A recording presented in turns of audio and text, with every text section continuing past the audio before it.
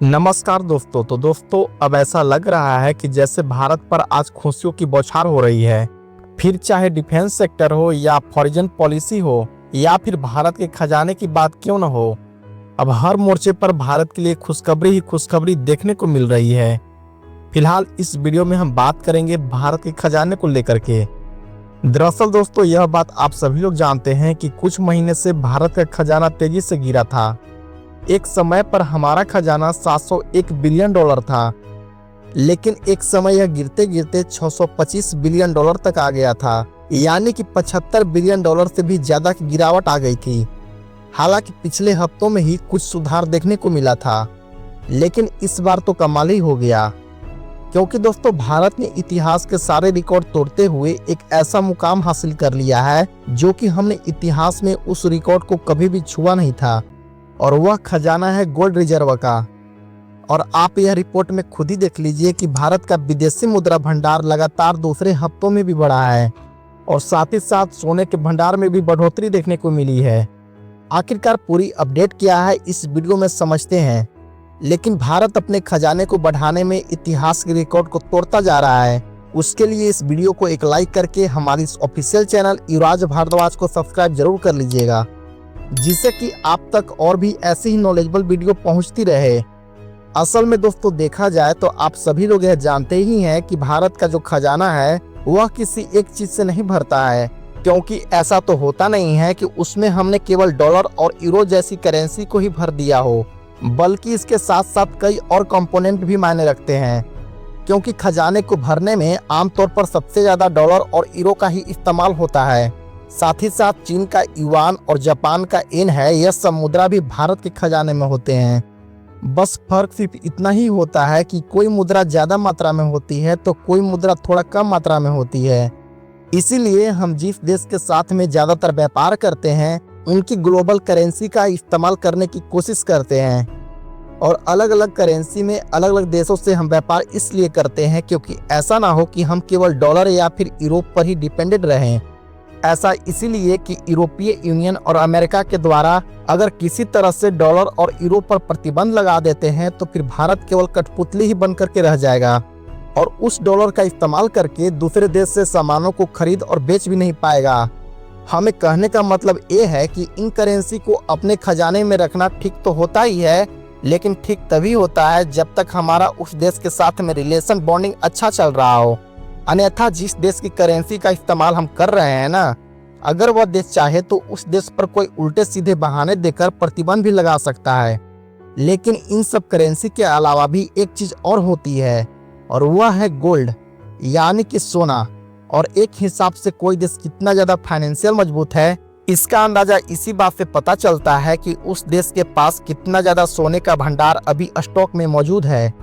क्योंकि सोना एक ऐसा खजाना है जिससे कि हर कोई देश लेने के लिए तैयार हो जाता है, और इस पर कोई भी प्रतिबंध नहीं लगा सकता है। जबकि अलग अलग करेंसी पर उस करेंसी को संचालित करने वाले देश उस पर कभी भी प्रतिबंध लगा सकते हैं। जैसे कि अमेरिका के खजाने का सबसे बड़ा हिस्सा सोना ही है, और उनके पास जो विदेशी मुद्राएं होती है वह ज्यादा से ज्यादा 200 या फिर 250 बिलियन के आसपास ही रखते हैं। बाकी के ज्यादातर सोना ही रखते हैं। और इसी तरह ब्रिटेन भी अपने खजाने में ज्यादातर सोना ही रखता है, और हाल ही में तो चीन ने भी अपने खजाने में सोने को काफी ज्यादा बढ़ा लिया है। लेकिन आज से 15 से 20 साल पहले सोने के खजाने के मामले में भारत बहुत ज्यादा पीछे हुआ करता था, क्योंकि दोस्तों हम लोग उस पर बहुत ही कम ध्यान देते थे। लेकिन पिछले 7 से 8 सालों में भारत ने सोने के खजाने को बढ़ाने पर खूब ज्यादा फोकस किया है, और लगातार हमारा सोने का खजाना धीरे धीरे बढ़ता गया है। और आज भारत के खजाने में सोने के भंडार ने इतिहास के सारे रिकॉर्ड को तोड़ दिए हैं, और भारत में सोने का खजाना लगभग 71 बिलियन डॉलर के करीब पहुंच चुका है। और ये इतनी बड़ी रकम है कि इसका अंदाजा आप इसी बात से लगा सकते हैं कि इतने से आप पूरे नेपाल, श्रीलंका, भूटान और म्यांमार जैसे देशों की टोटल इकोनॉमी खरीद सकते हैं। और आप जानकर के हैरान हो जाएंगे कि इस दुनिया में टोटल 100 से भी अधिक ऐसे देश हैं जिनकी उतनी अर्थव्यवस्था भी नहीं है जितना कि भारत के पास में अभी वर्तमान में गोल्ड रिजर्व पड़ा हुआ है। और कमाल की बात यह है कि ऐसा भी नहीं है कि केवल भारत में सोने का भंडार ही बढ़ा है, बल्कि अब टोटल खजाना 1.5 अरब से बढ़ करके $631 बिलियन तक पहुंच चुका है, जो कि भारत के लिए एक शानदार बढ़त है। क्योंकि दोस्तों पिछले कुछ महीनों से भारत के खजाने लगातार कोलैप्स होने लगे थे, लेकिन इस हफ्ते खजाने में काफ़ी ज़्यादा तेजी आई है और इसी तरीके से लगातार अगले हफ्तों में भी हम अपने खजाने को और ज़्यादा बढ़ाते जाएंगे। हालांकि आप कहोगे कि डॉलर के सामने तो भारत का रुपया गिरा है, तो मैं आपको बता दूं कि यह सिर्फ और सिर्फ ग्लोबल ट्रेंड है, यानी कि इनमें किसी भी देश को हम लोग जिम्मेदार नहीं ठहरा सकते हैं। क्योंकि जब से अमेरिका के राष्ट्रपति डोनाल्ड ट्रंप बने हैं, तब से भारत ही नहीं बल्कि सभी देशों की करेंसी डॉलर के सामने काफ़ी ज़्यादा गिर गई है। क्योंकि ट्रंप की पॉलिसी ही ऐसी है कि चीन, ब्रिटेन, जापान, रूस, कनाडा जैसे देशों की करेंसी लगातार गिरती ही जा रही है और भारत का रुपया अभी 90 से 91 तक जाता हुआ भी दिखेगा।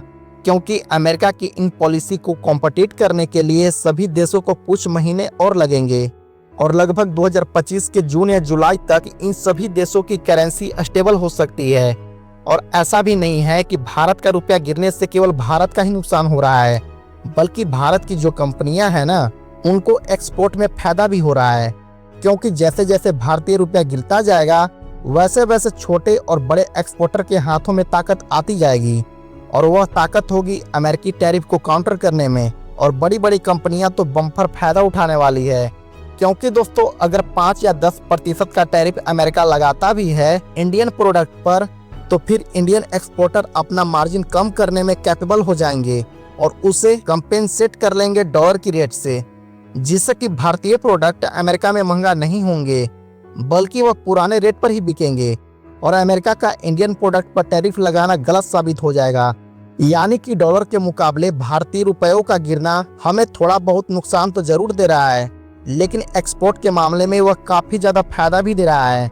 हमें तो लगता है कि जब इस साल 2025 खत्म होगा और जब साल भर के आंकड़े को उठाकर देखा जाएगा, तो हो सकता है कि इस बार भारत एक्सपोर्ट के मामले में पिछले सभी रिकॉर्ड को तोड़ दिया हो।